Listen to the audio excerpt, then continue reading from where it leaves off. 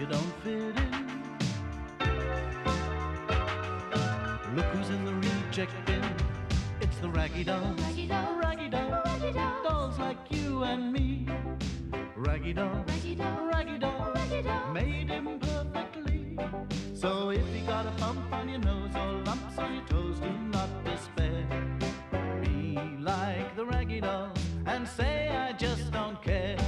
'Cause Raggy Dolls, Raggy Dolls. Raggy Dolls Raggy are Dolls. happy just to be Raggy Dolls, Raggy Dolls, dolls like you and me.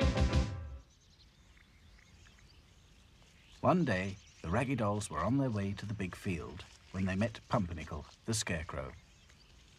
Good morning, all, he said cheerfully. And where might you be off to, then? We're going to the dark wood, explained Dotty. Oh, well, mind how you go when you cross the big field, he warned. The Raggy Dolls looked puzzled. But why? Said Princess at last. We've always been able to play there.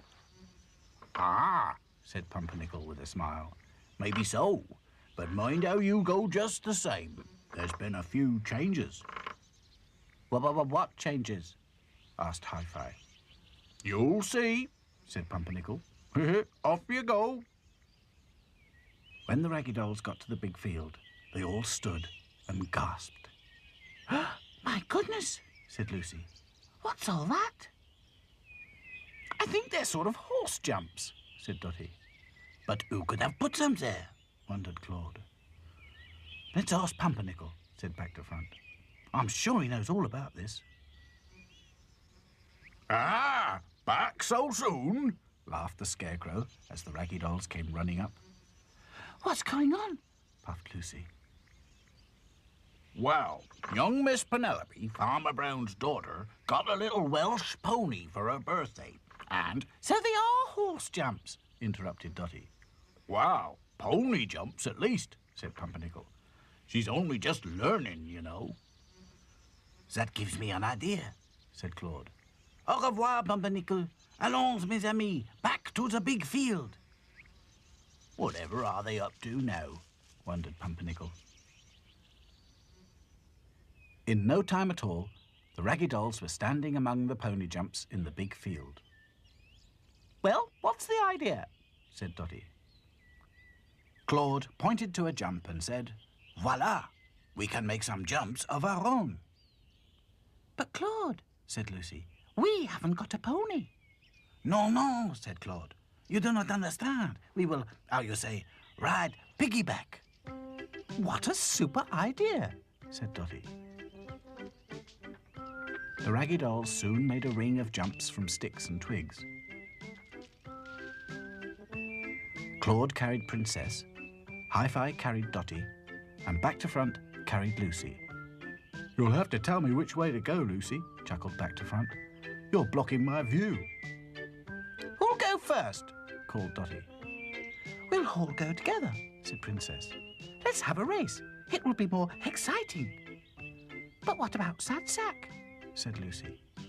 Don't worry about me, said Sad Sack, only too pleased. I'll be the starter. The Raggy Dolls lined up. On your marks, said Sad Sack. Get set. Go. The Raggy Dolls set off towards the first jump. Claude and Princess took the lead. They reached the jump, up and over, and then onto the next. They do look silly, thought Sad Sack, and he couldn't help smiling. Neck and neck, the Raggy Dolls galloped towards the last fence.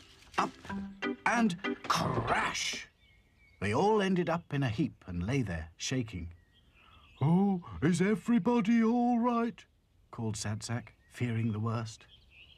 But the Raggy Dolls were just puffed out and giggling when he got there. Sad Sack was relieved. I thought you'd all been hurt, he said, as the Raggy Dolls slowly got up. Just then, the ground began to shake. It was the unmistakable sound of horses' hooves.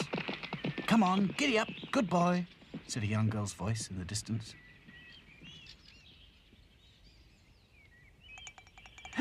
It's Miss Penelope, said Lucy, all in a dither. Come on, let's hide, said Dotty. The Raggy Dolls hid under one of the jumps. I don't think this is a good place to hide, thought Sad Sack. And sure enough, the sound of Miss Penelope and her pony came closer and closer.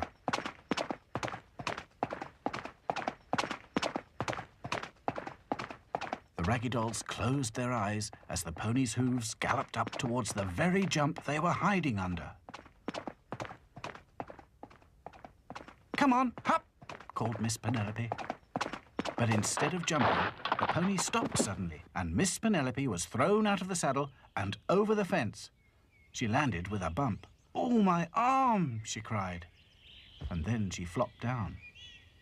"She's fainted," said Dotty. "Maybe she's only puffed out, like we were." The Raggy Dolls decided to investigate. The pony was nudging Miss Penelope with his nose when they got there. "Oh, dear. What have I done? She pulled on the reins and I thought she meant stop. I didn't understand her." "Are you all right?"